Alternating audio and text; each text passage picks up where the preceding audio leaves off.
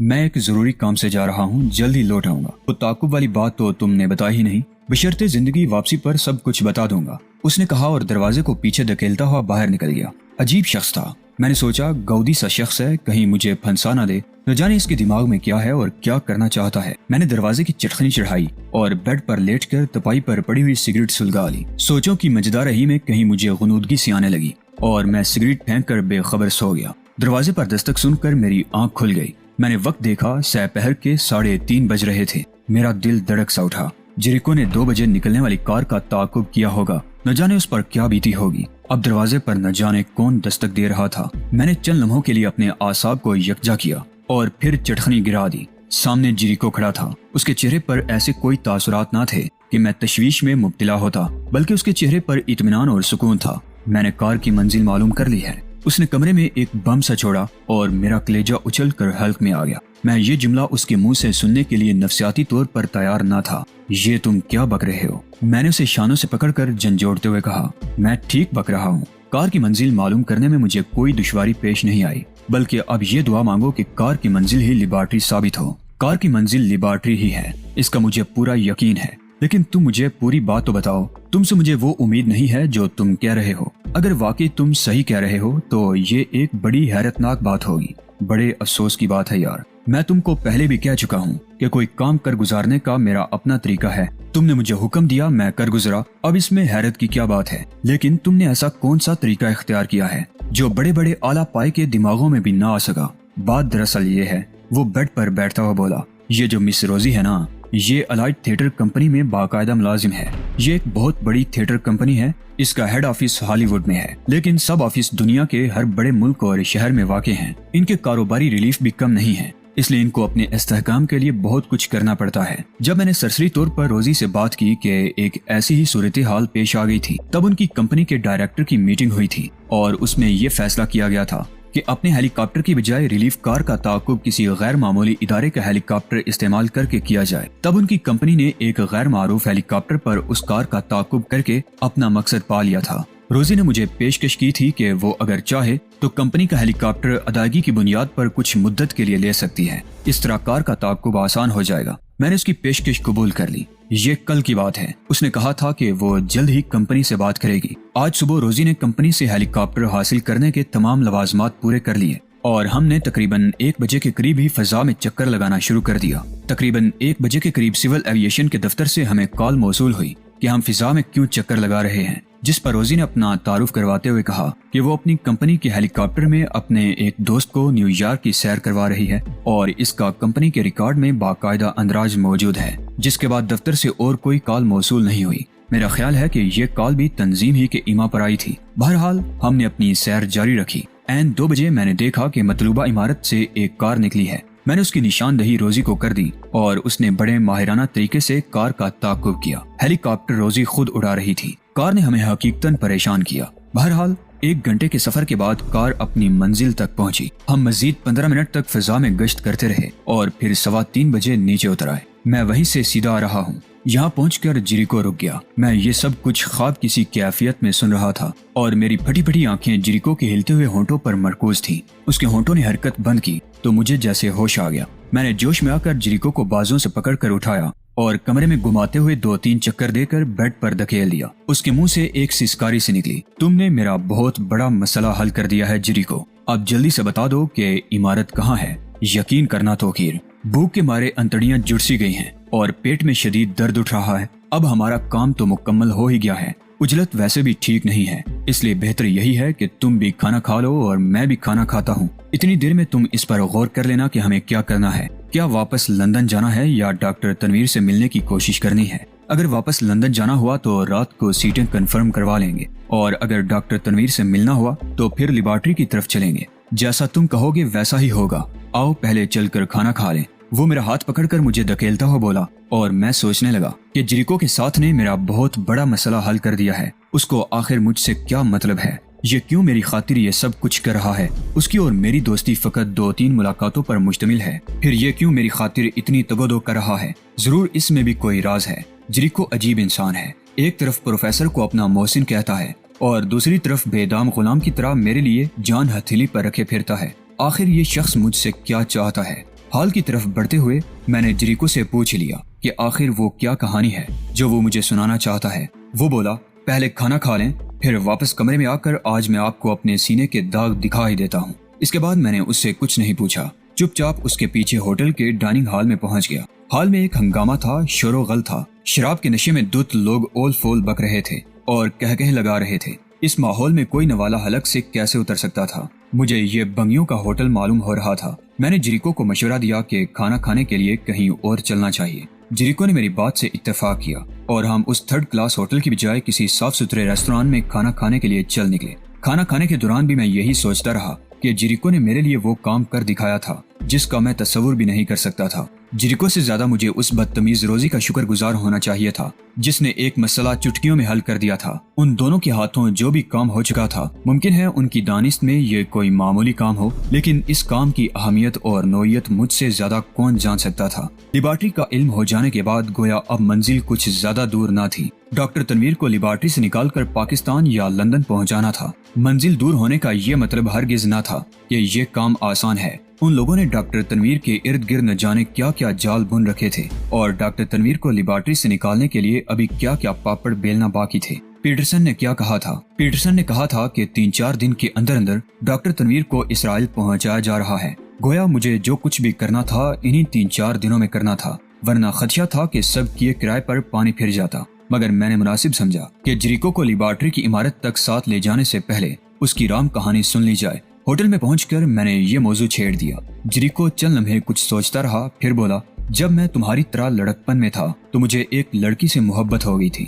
میں ان دنوں انتہائی کھلنڈرا لڑاکو اور بات بات پر مرنے مرانے پر تل جانے والا ہوتا تھا۔ آج کل تو میں لڑائی بڑائی کے بارے میں پھر بھی کچھ سنجیدہ ہو گیا ہوں، لیکن ان دنوں لڑنا جگڑنا میرا پر لطف مشغلہ تھا۔ جس لڑکی سے مجھے محبت ہو گئی تھی اس کو میری حرکتیں بری لگتی تھی۔ میں دل و جان سے یہ چاہتا تھا کہ کسی طرح یہ لڑکی میرے ہاتھ آ جائے۔ میں نے کئی بار دست درازی کرنے کی کوشش کی، لیکن ہر بار وہ بچ نکلی۔ نہ صرف بچ نکلی بلکہ اس کے والدین نے اپنے اثر و رسوخ کی وجہ سے مجھے کئی بار جیل کی ہوا بھی کھلائی۔ اس وقت میری پشت پر کوئی نہ تھا اور اس لڑکی کے والدین اعلیٰ سوسائٹی کے لوگ تھے، جس کی وجہ سے وہ میری پہنچ سے دور تھی۔ ایک بار یوں ہوا کہ ایک بڑے پورے کلب میں میری 3 آدمیوں سے لڑائی ہو گئی۔ میں نے ان کی خوب مرمت کی اور پھر ان میں سے ایک آدمی میرے ہاتھوں قتل ہو گیا۔ پولیس آئی اور مجھے قتل کے جرم میں پکڑ کر لے گئی۔ بمشکل دوسرے یا تیسرے دن پروفیسر نے مجھے ضمانت پر رہا کروا لیا اور اپنی رہائش گاہ پر لے آیا۔ یہ ہماری پہلی ملاقات تھی۔ میں جیل سے چھٹکارے کی وجہ سے پروفیسر کا بہت ممنون تھا۔ پروفیسر نے مجھے بتایا کہ اس نے میری لڑائی کلب میں خود دیکھی تھی اور وہ میری مہارت سے بہت محظوظ ہوا تھا، اس لیے اس نے میری ضمانت کروائی ہے۔ اس کے بعد پروفیسر نے مجھے اپنی رہائش گاہ پر رکھا، ہر معاملے پر میری پشت پناہی کی۔ اسے پتہ چل گیا کہ میں فلاں لڑکی سے پیار کرتا ہوں۔ اس نے وہ لڑکی مجھے دلانے کا وعدہ کیا اور اس وعدے کے بدلے کے طور پر مجھ سے بہت سے کام لیے۔ کئی ایک لوگوں کو قتل کروایا، ڈاکے ڈلوائے اور چوریاں کروائیں۔ اول تو میں موقع واردات پر پکڑا ہی نہ جاتا تھا، اگر پکڑ بھی لیا جاتا تو دوسرے ہی دن میں پھر آزاد ہو جاتا تھا۔ میں نے کئی بار پروفیسر کو اس کا وعدہ یاد دلایا، لیکن وہ مجھ سے ٹال مٹول کرتا رہا۔ پھر وہ دن بھی آیا جب میں نے ڈاکٹر تنویر کو اس کے گھر سے اٹھا کر کہیں چھپانا تھا اور اس کی حفاظت کرنا تھی۔ عبد الجبار نامی آدمی ڈاکٹر تنویر کا دوست تھا۔ پروفیسر اس سے بہت خوفزدہ تھا، حقیقتاً اس نے ہمیں پریشان بھی بہت کیا تھا۔ ڈاکٹر تنویر کی حفاظت ایسا کام تھا کہ گولیوں کی باڑ میں جینا پڑتا تھا اور میں یقیناً اس میں جیتا بھی رہا۔ جب پروفیسر نے ڈاکٹر تنویر کو کہیں ٹھکانے لگا دیا تو مجھے سکھ کا سانس ملا۔ پروفیسر نے میری خدمات کے صلے کے طور پر وہ لڑکی میرے سپرد کر دی۔ وہ لڑکی بہت سمجھدار اور سلجھے ہوئے ذہن کی تھی۔ اس نے جب دیکھا کہ اس کے چھٹکارے کی کوئی سبیل نہیں ہے تو اس نے مجھے سمجھایا اور شادی کی ترغیب دی۔ میں شادی وادی پر کوئی یقین نہ رکھتا تھا، لیکن اس نے مجھے ایسے انداز میں سمجھایا کہ مجھے اسے شادی کرنا ہی پڑی۔ شادی کے بعد اس نے مجھے تہذیب و تمدن کے گر سکھانے شروع کر دیے۔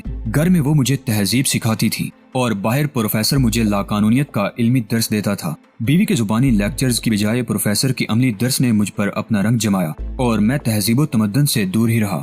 حال بتا اتنا ضرور تھا کہ جب میں گھر میں بیوی کے ساتھ ہوتا تو وہ مجھے دنیا کی خوبصورت ترین اور نیک ترین لڑکی لگتی تھی۔ میں نے اسی ماحول میں اپنی زندگی کے 12 سال گزارے۔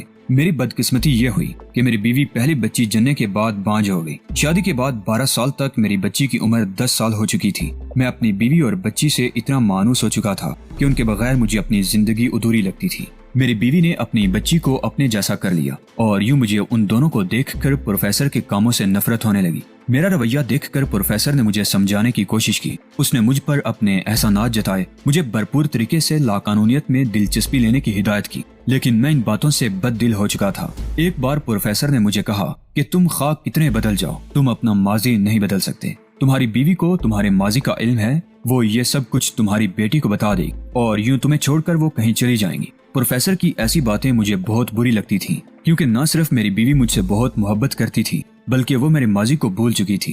میری بیٹی بھی مجھ سے مانوس تھی. ایسے میں پروفیسر کی باتوں میں مجھے کوئی جان نظر نہ آتی تھی, لہٰذا پروفیسر کی باتوں کا میں نے کوئی نوٹس نہ لیا. لیکن وہ دن میری زندگی کا غمگین ترین دن تھا. جب میں پروفیسر کی بتائی ہوئی کسی مہم سے گھر لوٹا تو گھر خالی پڑا تھا. بیوی کی تحریر گھر پر موجود تھی کہ وہ مجھے میری غلط حرکتوں کی وجہ سے چھوڑ کر جا رہی ہے اور اپنی بچی کو بھی ساتھ لے جا رہی ہے. جیریکو آج تک کبھی بھی کسی بات کے بارے میں متفکر نہ ہوا تھا, لیکن اس روز مجھ پر غموں کا پہاڑ ٹوٹ پڑا. میں خوب پھوٹ پھوٹ کر رویا. پروفیسر نے مجھے تسلی دی اور کہا کہ وہ میرے بیوی بچوں کو تلاش کرنے کی کوشش کرے گا اور انہیں سمجھائے گا. میں نے پروفیسر کی بہت منت سماجت کی کہ وہ میری بیوی بچے کو کہیں سے بازیاب کرے. پروفیسر نے اس بارے میں کوشش بھی کی اور یوں لگتا تھا جیسے ان دونوں کو یا تو زمین نگل گئی یا آسمان کھا گیا. وہ دن اور آج کا دن 8 سال گزر چکے ہیں. ان کا کچھ علم نہیں ہے. 8 سالوں میں پروفیسر نے مجھے بہت دلائل دے کر دوبارہ اپنی راہ پر لگا لیا. میں تہذیب و تمدن کو تو بھول چکا ہوں, لیکن اپنی بیوی اور بچی کو نہیں بھول سکا.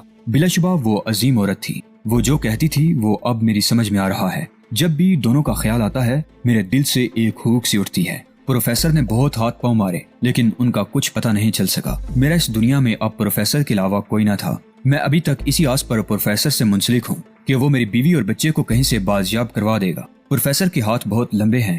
وہ مجھ سے کام کرواتا رہتا ہے اور تسلی دیتا رہتا ہے. کچھ علم نہیں وہ لوگ کہاں ہیں, کس سال میں ہیں اور مجھے کب ملیں گے. پروفیسر جب مجھے امریکہ لے کر آیا تو وہ تم سے بہت خوفزدہ تھا. مجھے اس وقت یہ بالکل خبر نہیں تھی کہ یہ تم ہو. جب مجھے علم ہوا کہ یہ تم ہو تو مجھے بے پناہ خوشی ہوئی کہ پروفیسر جس سے خوفزدہ ہے اس کے ساتھ کچھ دیر کے لیے میرے مراسم رہ چکے ہیں. یہ بات میں اچھی طرح سمجھتا تھا کہ جس شخص سے پروفیسر جیسے لوگ خوفزدہ ہیں وہ یقیناً معمولی شخصیت نہیں ہے اور اس کے ساتھ تعلقات قائم کرنے میں مجھے یقیناً فائدہ پہنچے گا. یہی بات تھی کہ میں نے معمولی سی واقفیت کے باوجود اس عمارت میں گھس کر تمہارے قتل کے عینی شاہد کو قتل کر دیا. جب وہ لوگ لندن چلے گئے میں ادھر رک گیا اور پھر دوبارہ بھی امریکہ میں آیا ہوں. تم نے جس طرح قتل کے باوجود پولیس سے چھٹکارا حاصل کیا وہ میری آنکھوں دیکھا ہے, جس سے یہ صاف ظاہر ہے کہ تم جو بھی ہو تمہارے عقب میں کوئی غیر معمولی طاقت موجود ہے. چونکہ تم لندن سے بھی تعلق رکھتے ہو اس لیے تمہارے کہنے پر میں دوبارہ اسی لیے چلا آیا ہوں کہ ہو سکتا ہے کسی دن میری معمولی سی گزارش پر